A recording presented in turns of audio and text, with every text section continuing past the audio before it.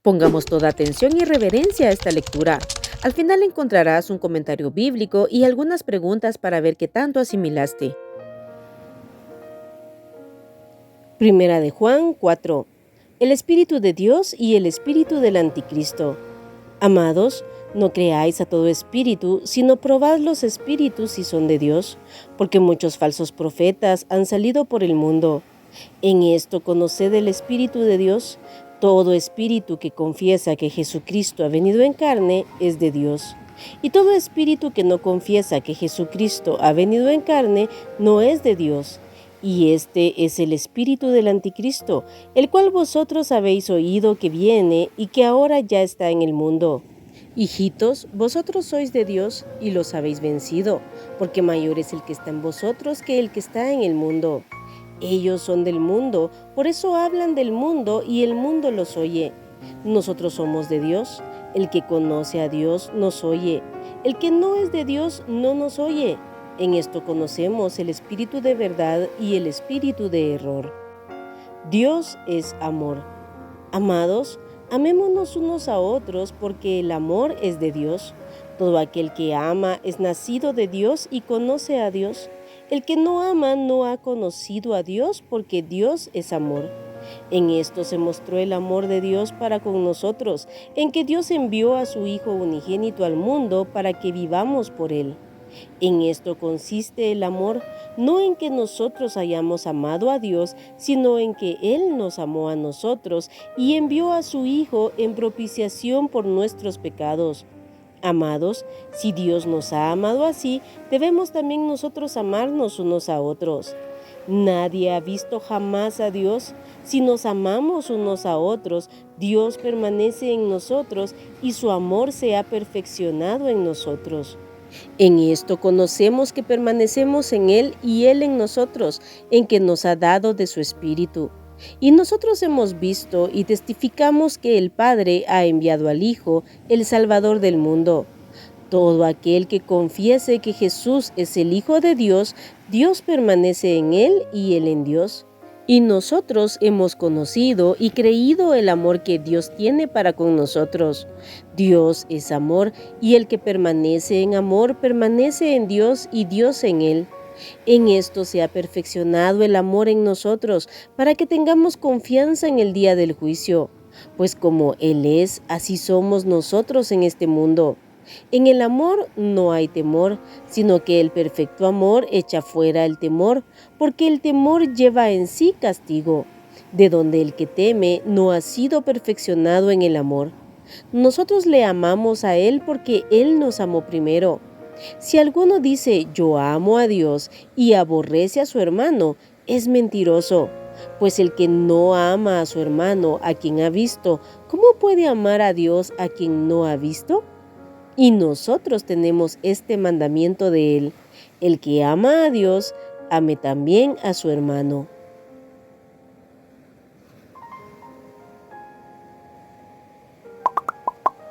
En la primera parte de este capítulo se nos habla del Espíritu de Dios con mayúscula, que es el Espíritu Santo, y el Espíritu del Anticristo.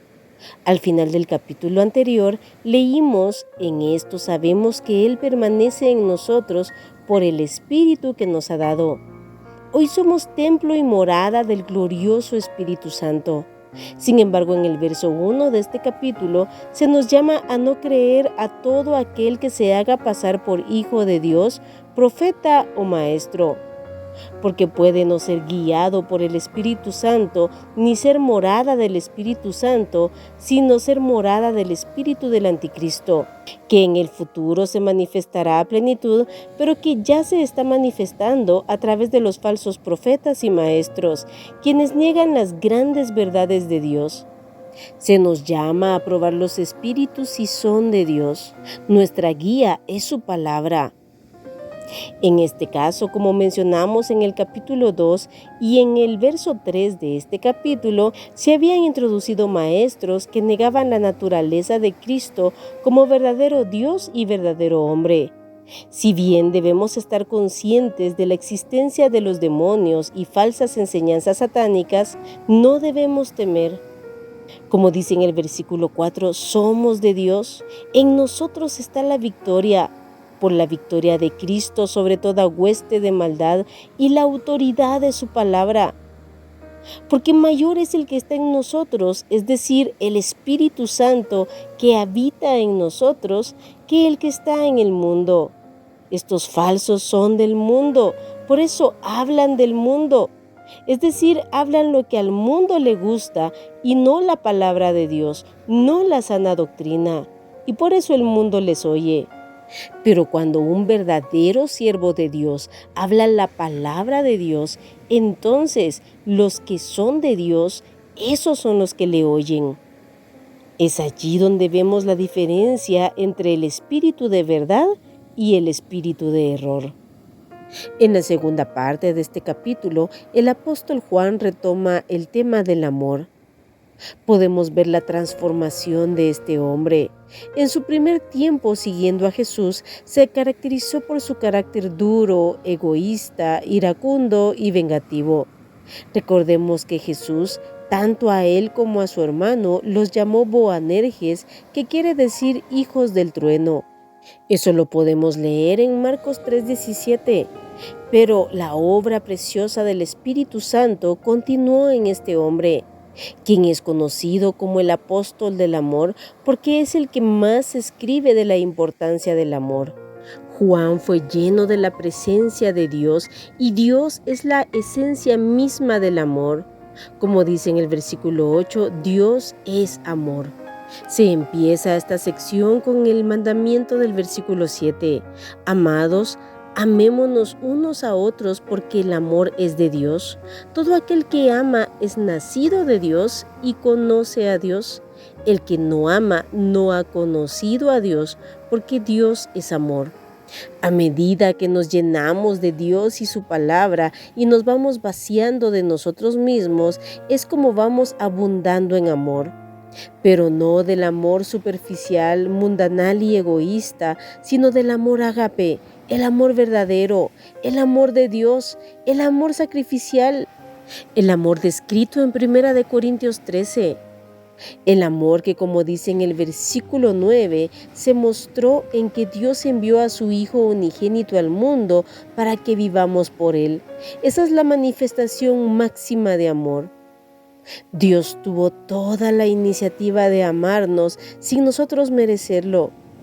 Como dice allá en el libro de Romanos, Dios muestra su amor para con nosotros en que siendo aún pecadores, Cristo murió por nosotros. Aquí en el versículo 10 nos habla de que Dios nos amó no porque nosotros le hayamos amado. Él nos amó por pura gracia y envió a su Hijo en propiciación por nuestros pecados.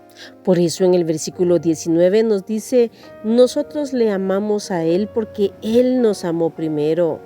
El llamado es, como dice en el versículo 11, si Dios nos ha amado así, así debemos también nosotros amarnos unos a otros. Cuando nos amamos unos a otros, entonces Dios permanece en nosotros. Como necesitamos vaciarnos de nosotros mismos y hacer morir la carnalidad en nosotros para que realmente el amor de Dios pueda manifestarse en nuestras vidas. Porque vivimos aborreciéndonos, envidiándonos, en malicia, en chismes, murmuraciones, enemistades, pleitos, celos, iras, contiendas, peleas, malos pensamientos. Y entonces, ¿cómo estamos delante de Dios? El versículo 20 es clave para reflexionar en este día. Si alguno dice yo amo a Dios y aborrece a su hermano, es mentiroso, pues el que no ama a su hermano a quien ha visto, ¿cómo puede amar a Dios a quien no ha visto? Y nosotros tenemos este mandamiento de Él, el que ama a Dios, ame también a su hermano. Jesús dijo, por sus frutos los conoceréis, y por eso necesitamos desear y anhelar con el alma que los frutos del Espíritu Santo puedan manifestarse en nuestras vidas, y entre ellos está el amor. Ahora, si pusiste atención, responde a las siguientes preguntas. Número 1. ¿Debemos creer a todo el que dice hablar en nombre de Dios? Número 2. Todo espíritu que no confiesa que Jesucristo ha venido en carne es el espíritu del. Número 3. ¿Quién es mayor, el que está en nosotros o el que está en el mundo? Número 4. ¿Quién es amor? Número 5. El que es nacido de Dios y conoce a Dios, ¿qué tiene como característica en su vida? Número 6. ¿Cómo mostró Dios su amor hacia nosotros? Número 7. La señal de que permanecemos en Él y Él en nosotros es que nos ha dado de su Espíritu. Y número 8. El que dice que ama a Dios y aborrece a su hermano, ¿qué es? Aquí terminamos el capítulo 4 de Primera de Juan. Apartemos todos los días tiempo para orar y meditar la palabra de Dios para ponerla en práctica. Que Dios te bendiga.